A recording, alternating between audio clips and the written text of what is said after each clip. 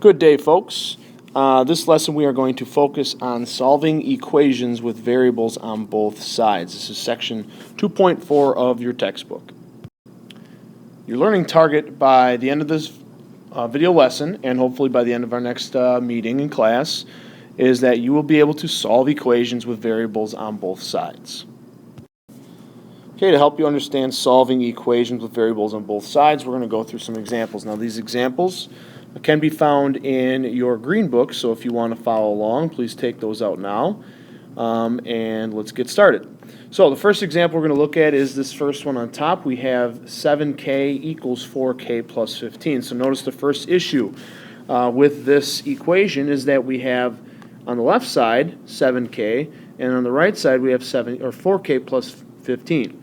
So the first issue we see is that we have k on the left and k on the right, as opposed to what we've been looking at up to this point where we have had a variable on one side. Now the issue being here is, remember that we treat this equation symbol, this equal symbol, as a barrier. You cannot simply combine the 7k and the 4k. So what we're going to have to do is we're going to have to take either the 7k or the 4k, and we're going to have to bring it to one side of the equation. Now there's two possible ways we can do that. We can bring the 4k to the left or the 7k to the left. Either way will produce the same result. Now, which way is better? So to decide which way is better, look at what gives you the easiest thing.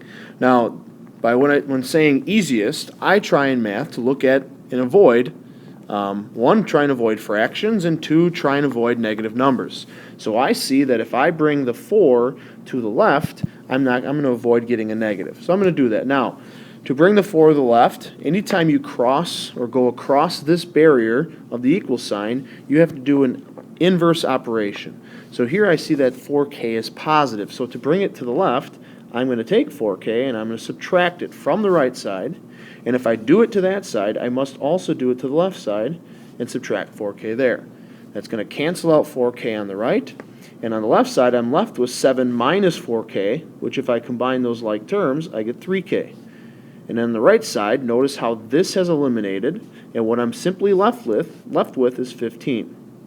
Okay, so here I brought one of the variables to one side and then rewrote my equation. And now notice this is something we've done up to this point. This is a one-step equation in which we can solve.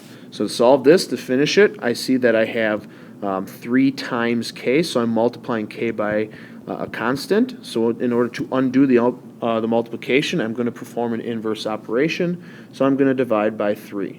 And again, if I do that to one side, I must do that to the other side. The 3's on the left, notice that they cancel out. What I'm left with is simply k. And on the right side, I have 15 divided by 3, which gives me 5. So what this tells me is that the solution to this equation is that k is equal to 5. And of course, if we want to make sure that this is a correct and accurate solution, we can always go back and check and plug it back into the original equation, which I'm going to not do at this point. Okay, the second example we have here is 3x plus 15 minus 9 equals 2 times x plus 2. Now this is obviously a more complicated equation.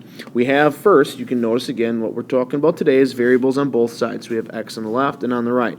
But we also have a multi-step equation that we looked at in a previous lesson. So here, the first thing I suggest doing, the first thing you need to do, before you move the variables, like we did in the previous example, before you move any of the variables to one side of the equation, the first thing you should do is simplify as much as possible.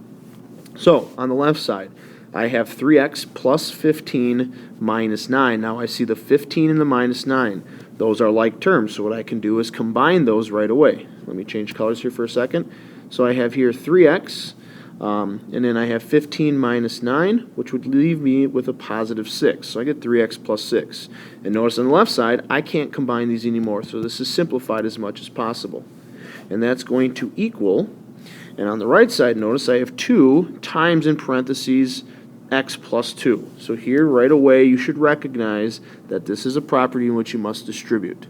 So I must distribute the 2 to the x and the 2, which again, distribute means to multiply, which is going to give me 2x plus 4.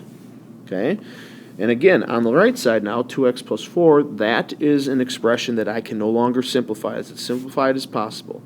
So now notice here I have, kind of like the previous problem, I have x's on either side of the equation. Again, we treat the equal sign as a barrier. In order to cross over the barrier, you must perform an inverse operation. So to me, again, I'm going to look at what's the simplest way to do it. Well, I have 3x on the left, 2x on the right. If I bring the 2x to the left, I'm going to be left with a positive number. So I'm going to go ahead and do that.